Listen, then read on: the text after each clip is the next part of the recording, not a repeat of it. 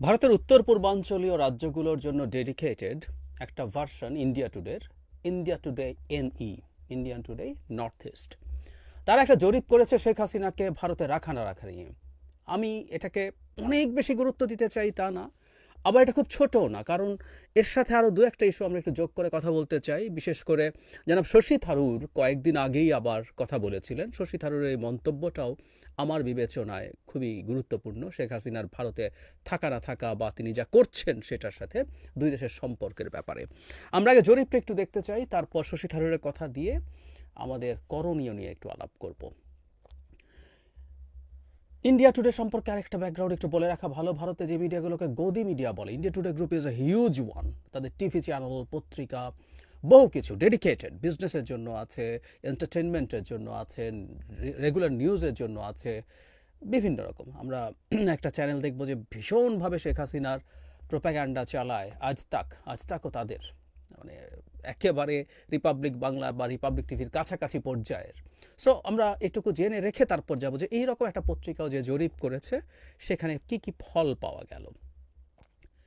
এখানে বলা হচ্ছে ভারতীয় সরকার মানে শেখ হাসিনাকে ফেরত দিতে অনীহা দেখালো উত্তর পূর্বাঞ্চলের 55% মানুষ চান তাকে বাংলাদেশে পাঠিয়ে দেওয়া হোক। 55% উত্তর পূর্বাঞ্চলের।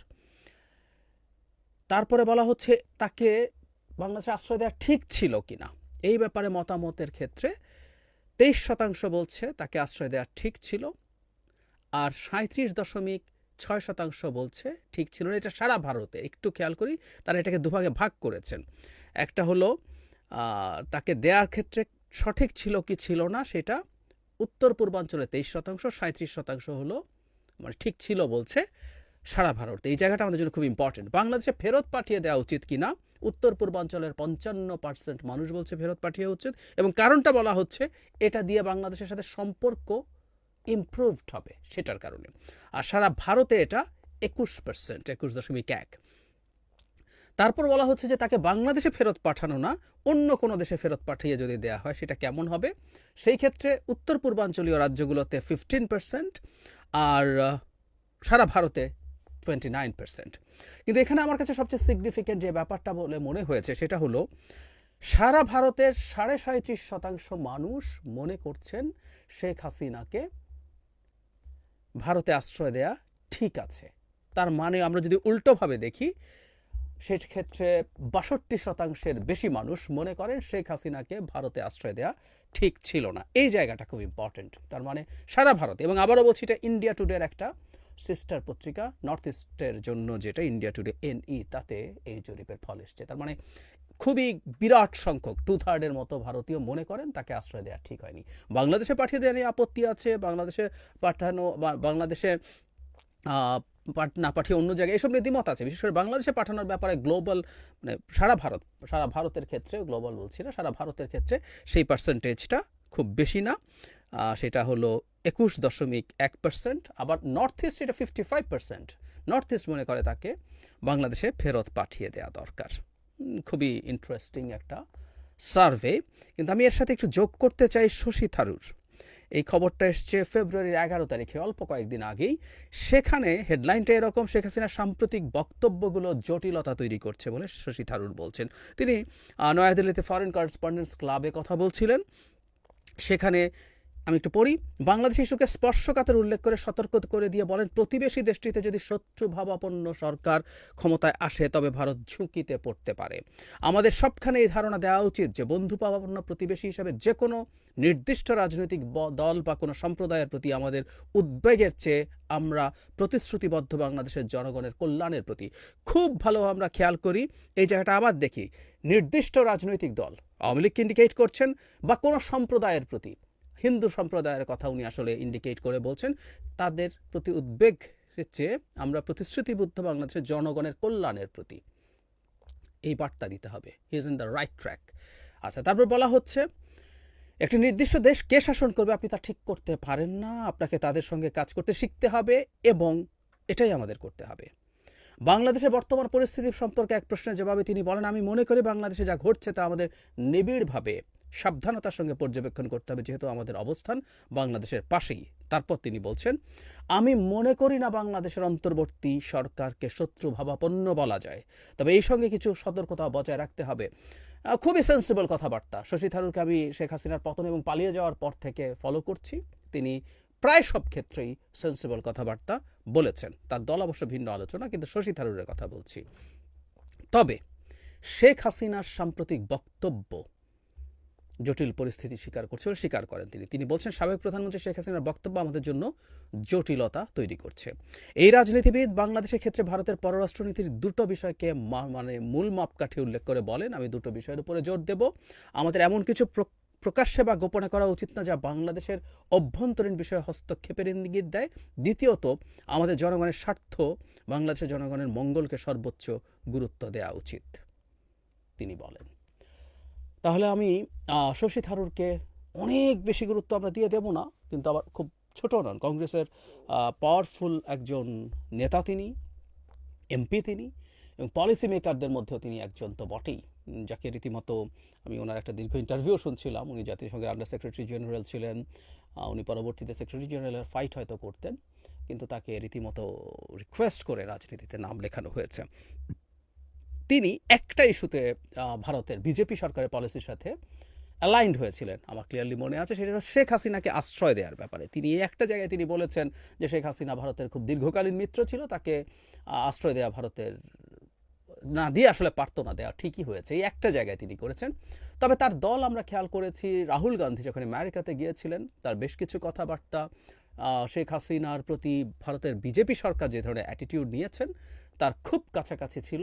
সো দল হিসাবে কংগ্রেস খুব আলাদা কিছু ছিল তা না। অথচ আমরা অনেকেই বহুবার বলেছি, এই বাংলাদেশ ইস্যুতে বিজেপি সরকারের ফরেন পলিসিকে তুলোধুনো করার সুযোগ এসেছিল কংগ্রেসের হাতে, তুলোধুনো করার, মানে ইট ওয়াজ দ্য লাস্ট কান্ট্রি।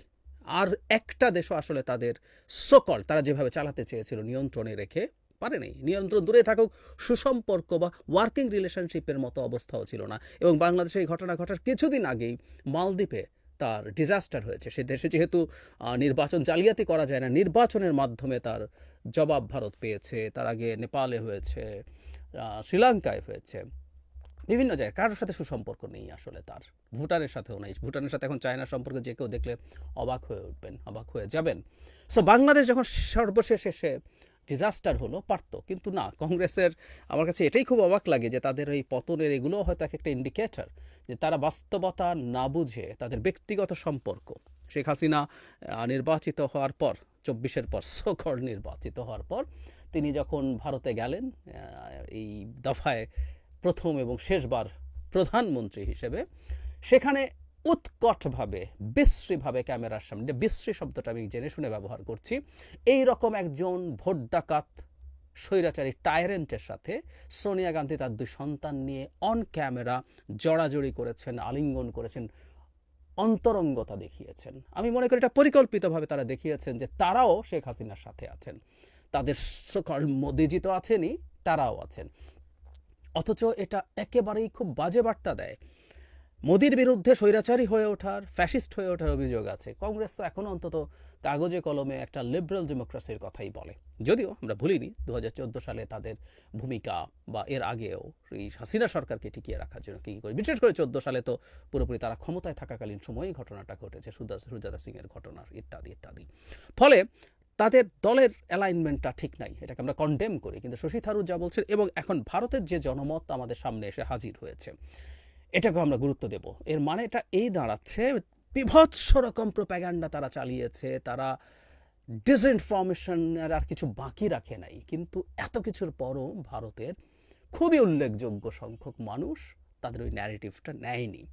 আমি আবারও বলছি, পুরো ভারতের অন্তত 62% মানুষ শেখ হাসিনাকে আশ্রয় দেওয়া ঠিক হয়েছে বলে মনে করেন না। তার মানে তারা শেখ হাসিনাকে নিপীড়িত বা অত্যাচারিত মানুষ মনে করেন না, তারা শেখ হাসিনাকে ভয়ঙ্কর স্বৈরাচারী, বর্বর বলেই মনে করে। সে কারণেই তাকে আশ্রয় দেওয়া ঠিক হয়নি বলে তারা মনে করছেন। তো এই ডিসইনফরমেশনের মধ্যেও দিনের শেষে মানুষের কাছে তথ্য গেছে। সুতরাং আমরা আশা রাখবো, আমাদের এই ক্যাম্পেইন চলতে থাকুক, চলবো, আমাদের মতো করে বলতে থাকবো। ফলে ভারতেও যখন এই চাপ তৈরি হবে, আমি বলছি না শেখ হাসিনাকে বাংলাদেশে ফেরত দেবে, কারণ বাংলাদেশে ফেরত দেওয়ার ব্যাপারে আবার সারা ভারতে আপত্তি আছে, কিন্তু এই percentage will increase I think. এটা 55% আছে উত্তর পূর্ব ভারতে, 7 সিস্টার্স বলি, কিন্তু এখানে রাজ্য 8টা। তো সেখানে তারা পাঠিয়ে দেওয়ার পক্ষে মেজরিটি, কিন্তু পুরো ভারতে এই পার্সেন্টেজ ইজ ভেরি লো, 21%। তারা রাদার অন্য জায়গায় পাঠিয়ে, সো সেখানে জায়গায় যদি অন্য জায়গায় পাঠিয়ে দেওয়ার ব্যবস্থাও করা যায়, এটা আমাদের অর্জন। নিদেন পক্ষে এই ক্রমাগত বিভিন্ন দিকের চাপের পরে যদি এরকম দাঁড়ায় যে তিনি চুপ থাকছেন, তিনি রীতিমতো ওই যে গতকালই সম্ভবত তাদের অবরোধ ছিল, ঘোষণা করেছিলেন 20 তারিখ তাদের হরতাল আছে, আমাদের রেডি থাকতে হবে হরতাল নিয়ে, এসব কথা বা ঘোষণা দিয়ে বক্তৃতা করব আমি, বক্তৃতা করে হুমকে দেয়া, সরকারকে অবৈধ বলা, দেখে নেব এসব বলা, এগুলো ঠেকাতে পারা সম্ভব।